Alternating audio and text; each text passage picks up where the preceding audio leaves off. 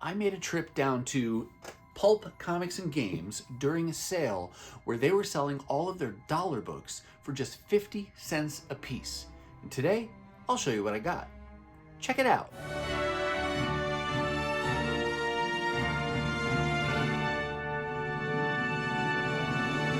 Hey everyone, and welcome to my channel. My name's Chris, and this is Northgarden Comics. Today I've got a really fun stack of back issues to show you. These are all books that I picked up on a trip down to Pulp Comics and Games. They're located in Mankato, Minnesota, and I'll put a link to their YouTube channel, website, things like that down below in case you're in the area, or if you're ever in the area and you want to check them out. Definitely worth your trip. As I've stated on numerous previous videos, Pulp Comics and Games has my favorite dollar bin diving spot in my drivable area. They've got dozens of long boxes and short boxes that are designated as dollar books, and it's a great way to really catch up on current or recent runs that I haven't been keeping up with new every month, as well as getting some deeper back issues that go back to the 90s and even into the 80s. Every once in a while, when they get a collection and put a bunch of stuff in there, you could get back further and find some Bronze Age things, which I have gotten lucky on in the past. But for the most part, going through these dollar bins isn't about finding keys. You'll occasionally find a minor key here or there, but for the most part, it helps me to build out runs that I'm working on of ongoing series, or maybe find limited series or even one-shots that I just want to add to my collection. And every once in a while, you kind of find some of those, I won't call them oddball, but maybe it's a promotional thing or otherwise free marketing gimmick book that came out at one point, and maybe they'll have some of those. So just fun ways to build out my back issue collection. Now, in this particular trip, it was even better than usual because, like I said in the intro, they were having a sale on their dollar books and selling them all for just 50 cents a piece. And what that really translates to for me is twice as many books for the same amount of money. And I always find good finds at Pulp, whether it's dollar books, 50 cent.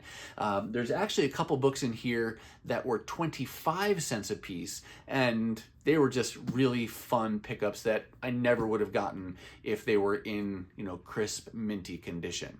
So what I'll say again, links to Pulp Comics down below.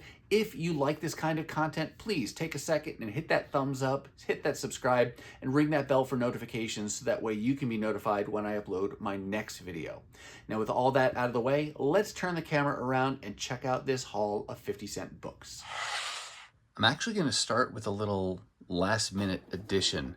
My wife found this Little People playset on Amazon, and it just came, and I love it. We are huge fans of the Big Bang Theory TV show. I've mentioned that on previous videos, and this was just a cool looking little, it's not even a playset, it's just the figures, but they come in this display box, so we'll keep it in the box. But it's got the 5 main characters, missing Bernadette and Amy, unfortunately, but at least we've got these kind of main core 5 who were there the entire time. And it's just got some cool, even comic booky references. So on the front, you see, Sheldon and Penny, Leonard, Raj, and Howard, and then they're in the guy's apartment there. And Sheldon is holding a little book, and it says comic on it. It's kind of hard to see from the video's perspective. But then if I flip it around, on the back, it's a scene from the comic book store, Stewart's comic book store.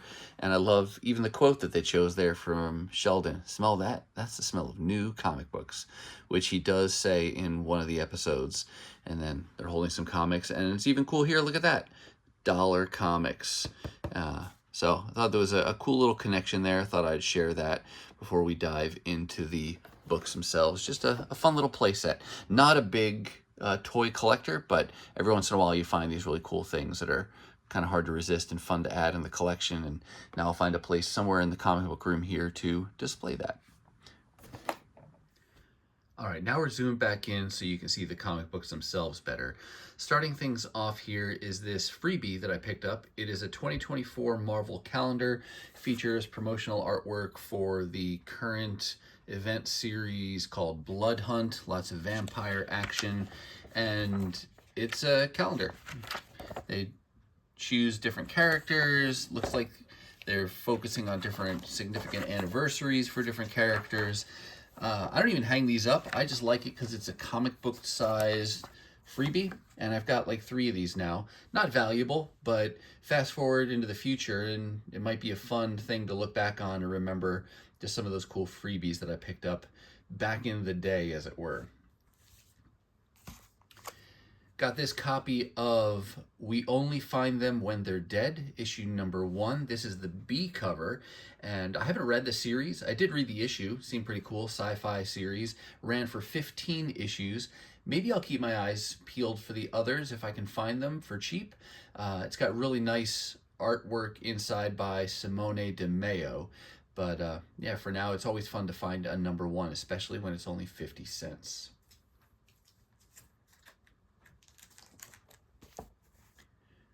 You all know I love the Transformers. This 2-part limited series is from the IDW era. It was actually a broader crossover than just Transformers, I think. So they did an Infestation limited series. I think it was just a 2-parter, and it had a variety of tie-ins. But then somewhere down the road, they did Infestation 2 as well, another 2-parter.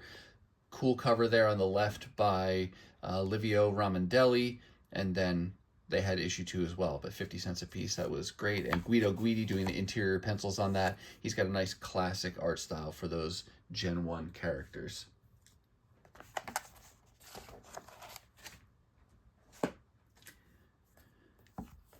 I love the Fantastic Four, and so over the last several years, my desire to have Fantastic Four comic books has only expanded. You know, went from volume 1 to 2 and et cetera, all the way to the current runs, and then now different universe versions of the Fantastic Four, including the Ultimate Fantastic Four. Not too many keys in this, other than issues like 21 to 23, somewhere in that range, where I think it's like the first appearances of the Marvel Zombies. Those are hard to find. I've never seen those in the dollar bins, but pretty much everything else in this run you can get for cheap.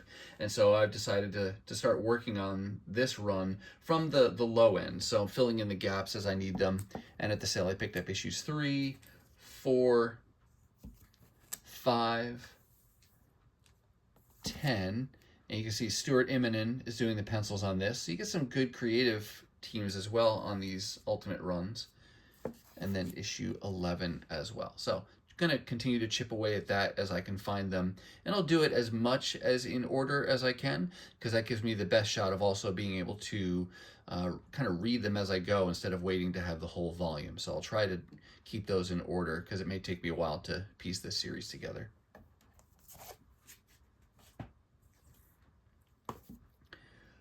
Couple issues I got purely for the 90s vibe that they give off. These are both covers by Rob Liefeld. Issue on the left, character, it's kind of hard to see her name because it's largely blocked there, but that's Vogue. And then on the right, Riptide. No knowledge of these characters or what's going on in these issues. I'm not even sure off the top of my head if they're just one-shots. My guess would be that they're at least limited series, but just some 90s Rob Liefeld artwork there, so fun to pick those up when it's so cheap.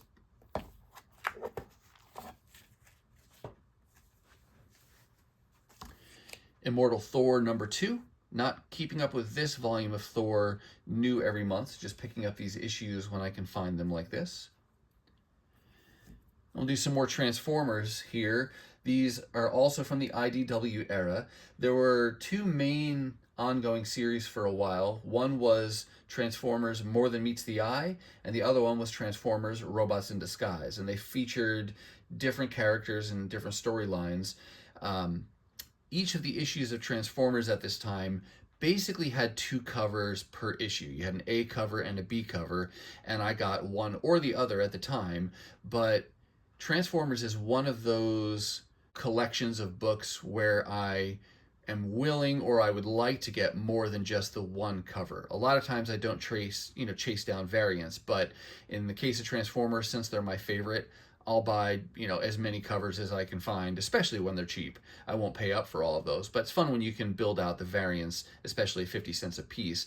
So what you're seeing here next are several issues I picked up that were either the A or the B cover, depending on, what was complementary to what I had already. But there's Transformers More Than Meets the Eye, issue number 8. And then jumping way ahead, there's issue 55. That volume went for 57 issues, I believe. And then there's Robots in Disguise number 2. And then a great Ironhide cover on issue number 8 there with the Dinobots in the background. And have no fear, these dollar stickers are on the bag, not on the books themselves. And there's issue number 12, the A cover. And number 19, I think that is. There's issue 21. And that's it for Transformers. But again, for 50 cents a piece, it's a really fun way for me to build out that collection of different variant covers, because it's just great to have the artwork. And now I shuffled them all together so they'll all be completely out of order, and I'll have to redo those later.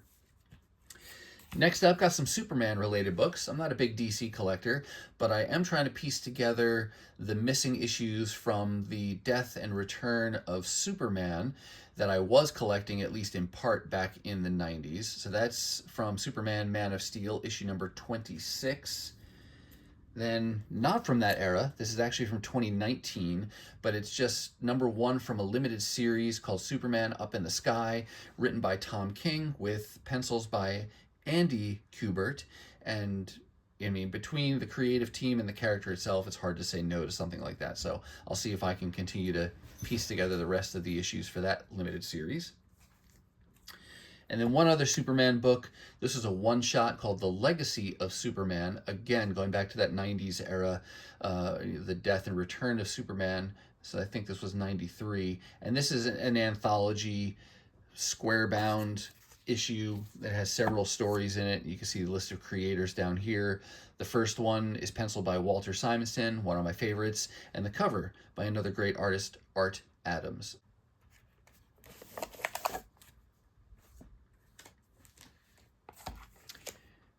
That's Daredevil number 1 from the current ongoing series of Daredevil, another series that I am not keeping up with new every month. Decided to slow down and just try to piece this together from the back issue bins as I can find them. That's the A cover. I have a variant of that, but that's a John Romita Jr. doing the standard cover, so I figured I'd grab that for cheap. New X-Men number 4. I don't know a lot about this series, but I've always been drawn, especially to the covers of the early issue numbers of this run, because it has kind of a cool cartoony look to it. And it's the kind of series where, because I love the X-Men so much, if I can find these issues for cheap, I'll go ahead and piece that together just to build out my my library of X-Men related comic books and series.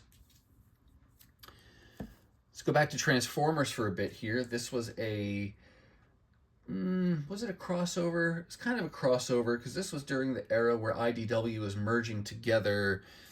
You see Mask, Transformers, G.I. Joe, and there were other Visionaries, I think, got lumped in there, and some others as well. ROM, and this was maybe the event that kind of brought everything together, or it happened, at least during that era. And these are just some of the variants from that series that I didn't have. That's from issue number 2, and then issue 4. And then there was kind of a spin-off that came as a result of that event series called Revolutionaries. And it had characters from the various franchises working together. And I didn't collect any of those at the time, so I figured, what the heck, they had several of the issues of this short run, so I'd pick them up. So I grabbed issue number 1, 2, 3, 4, with a really cool cover featuring Predaking there, and then issue 7. I don't remember offhand how many issues this ran for, but another fun thing to be hunting for, and it will help me to build out those very few holes that I have in my Transformers collection from the IDW era of things. Again, more shuffling and messing up of the book order.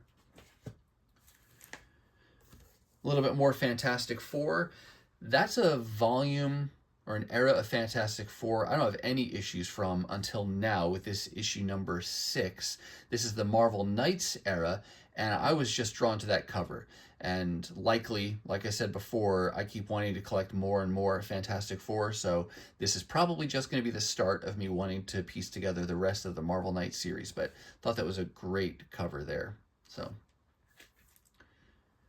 one other Fantastic Four book here. This is the final issue to whatever volume this is. It could be volume 5? It might be volume 5. They get really confusing, and I rely heavily on my CLZ app to help me keep it straight, like which issues are in which volume, because it gets really confusing when you have so many resets. But that's the final issue from that particular volume. Here's Oblivion Song number 21, a 37-issue run initially. I collected it at the beginning and then dropped off, and now I'm trying to piece together the few issues that I'm missing, and so that was one more hole filled from that volume. Another promotional preview type book called Black September, and it's got Malibu characters as well as Marvel. With Juggernaut here, I know they did a series, what was it called, like the All New Exiles, and it featured kind of a mashup of characters from the Malibu universe and the Marvel universe. And so, because I like the art, a lot of the art is done by Salvador Larroca during the series, and so I'm drawn to that as well as the characters. This cover looks like Jeff Matsuda is the penciler on that, and I like his art style as well. So both for the fact that it's a preview book and because of the characters and the artwork that it features, that was a must grab for me. This was a happy find for me. I missed this when it came out. This is a somewhat of a facsimile, but it reprints issue number 428 from the Death in the Family series, as you can see here. In the original series, Robin died. Sorry, spoilers. But in this version, they give the alternate ending where, had he lived, what would that story have looked like? And the reason they had that alternate ending, for those who weren't around or collecting at that time, when this story came out, we're talking pre-internet, but they still wanted fan involvement with some things, and so they allowed fans to vote. You could call in a phone number and vote for whether or not you thought Robin should live or die in this issue. And the vote was very close. It wasn't very many votes to begin with for the total, but even within that, I think it was a pretty narrow margin that decided whether he lived or died. The vote, of course, went saying that he should die, but now they've printed the story that had the ending they would have gone with had fans voted for him to live. And I've even heard, it might just be rumor, maybe it's actually going to happen, but that they might do at least a limited series telling some of the issues after this, that had he lived and what would those stories have looked like in the aftermath of that. But I missed this when it was new, so really happy that I could get this facsimile with the alternate ending for just 50 cents after the fact. Here's Cyberforce. I am collecting the Cyberforce Volume 2. That was their first ongoing. I got a few more issues to get in that, but this was issue 1 of 2 from a source book, kind of like the Who's Who from DC or the official handbook of the Marvel Universe on the Marvel side. But I love these character-related kind of bio descriptions and source books, so grabbed that. Codename Strikeforce, another Image title that I am trying to piece together. The whole series went for like 14 or 15 issues, and there's just a couple holes left, and so I'm one step closer by finding issue number 5 there. And then there was this limited series Marvel did a little while back called Contagion. I think it was 5 issues. And I got the first issue and thought it was okay, and then at some point found issue 2, and I kind of liked that. And now they had issues 3, 4, and 5 I needed to complete this limited series. No major keys, no major value, but I thought it was a decent story, and I could find it for really cheap. And there's also the completist side of me that wants to round out a story that I've started, and so now I've done that, and I can finish reading this 5-part limited series.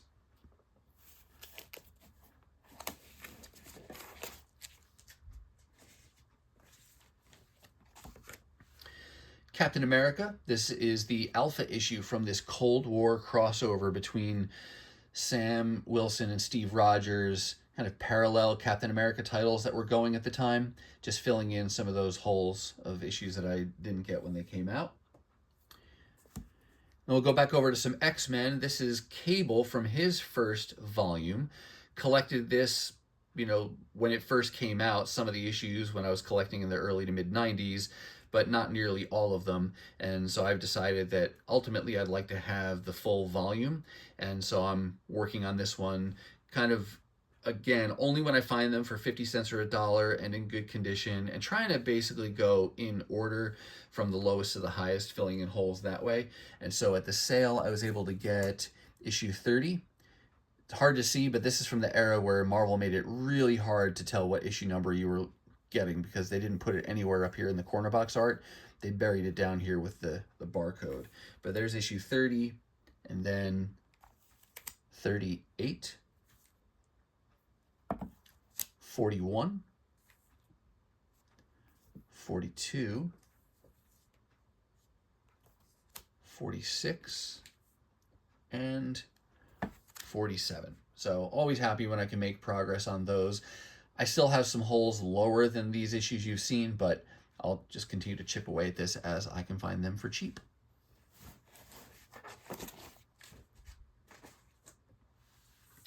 All right, we're getting down to the end here. Only, I think, 2 more titles to show you, but several books. This first run of books was a complete surprise, and I just felt like I couldn't pass up the opportunity. The character is Witchblade.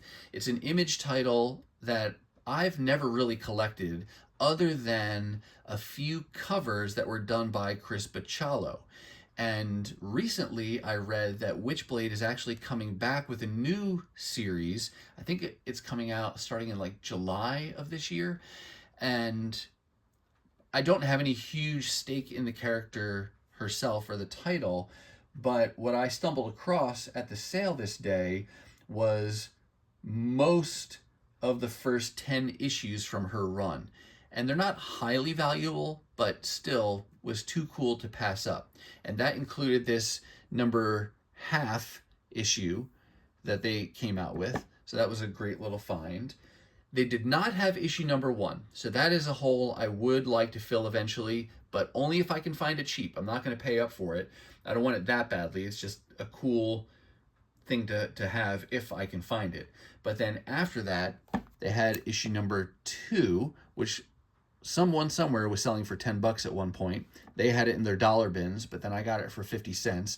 And you can see here the covers at this point were done by Michael Turner, but they had issue 2, then 3, 4, 5, 6, 7, 8, and 9. So, like I said, I'm not collecting this character or this title overall. There are still a few Chris Bachalo covers and variant covers that I'd like to track down someday, but stumbling across almost every first issue from the first 10 of a series like this, I never come across these in the dollar bin. So that was too good to pass up, so had to grab those and add those to my collection. And then last, but certainly not least, I told you at the beginning that there were a couple books I found, not even just for 50 cents, but for $0.25 a piece. And these were the last things I found. I went through all the dollar bins, got all my 50-cent books out of there, but then they do have 5 or 6 long boxes of books that are normally 50 cents a piece, but for this sale they were just $0.25 a piece, and I almost didn't look in them. and I would have been really bummed had I, known what I was about to miss. But I did take just a few minutes to look at them, and right at the front of one of the boxes were these two issues here. These are Amazing Spider-Man issues 150 and 151. I am not collecting Amazing Spider-Man in any kind of true sense, but I will pick up cool issues when I can find them for cheap. I don't know how well you can tell on the video. You could probably tell some, but in person it's even more telling. These are really low-grade copies. There's good chunks of the spine even missing here on this cover, and to say there's spine ticks, there's almost no spine to have ticks. It's that beat up. And then issue 150 as well, really, really beat up here. Lots of creasing, lots of damage. Nevertheless, they're very iconic Amazing Spider-Man covers, especially this one here on the right. And so to see those for just 25 cents a piece, that was a no-brainer for me. Definitely going to bring those home.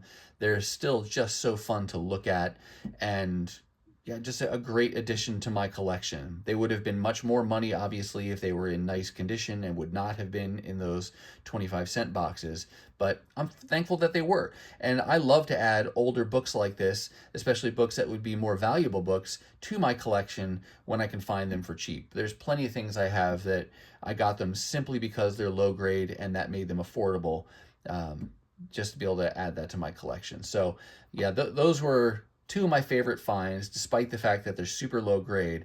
It was just two really cool, too good to pass up covers and issues of Amazing Spider-Man for just 25 cents a piece.